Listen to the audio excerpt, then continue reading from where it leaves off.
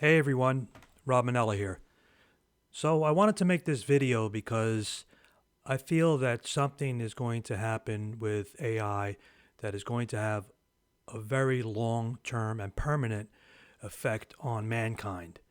And that is the types of advances that it's already making is predicted to replace up to 300 million people permanently where they'll be out of work. Now, AI isn't all bad, and there's going to be some good things that come out of it, advances in science and technology, but that means that people in those fields are going to lose their jobs.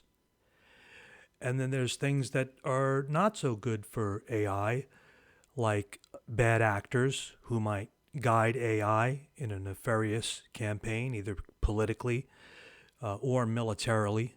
That's the biggest risk. But those two risks and that advancement we really can't control.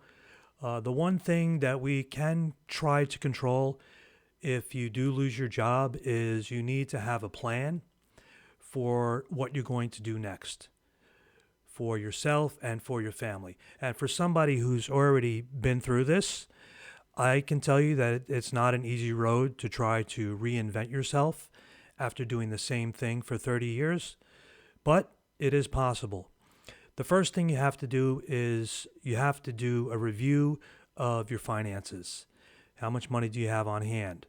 How long can you pay your expenses for without having to borrow from family or friends or credit cards or the bank? And all the while, you should be trying to get another job in your field. But if there's massive layoffs in your industry, that's going to be a lot harder to do. So the next thing you have to do is think of establishing possibly a business that you can run from your house. You're going to need to try to develop ways to have different income streams coming in, one way or the other. And one way that you can do that is you can see if the expertise that you have in your field can be translated into an individual business where you could bring your expertise to other people through platforms like Patreon and YouTube, like I've done. And it doesn't happen overnight. So the sooner you get started thinking about a way to use the resources that you already have and the skills you already have to come up with a business plan and a business idea that is very low cost, that you can run basically turnkey and provide some income for yourself and your family. That's the first thing I would think about. The second thing that I would think about would be how to assure your family that you are in the lead on this and you are going to do whatever it takes to make sure that you provide for them. So the next thing you have to realize is that if you wind up eventually running out of money without having to generate or without being able to generate a new income stream for yourself, then you're going to need to resource government programs, whatever that may be. It might be a food bank, it might be SNAP, it might be cash assistance. The government hands out billions and billions of dollars to corporations every single year in tax breaks and other incentives. So don't feel guilty about tapping the government because you've been paying into the system through your taxes if you've been working as long as I have. And so that might be a place of last resort, but it's still a place that you can go to. The next thing you want to think about is how to realign possibly your retirement plan or the way that you are going to be able to retire is going to change dramatically because you hadn't planned on AI replacing you 10, 20, or 30 years ago when you started in your career. So that's number one.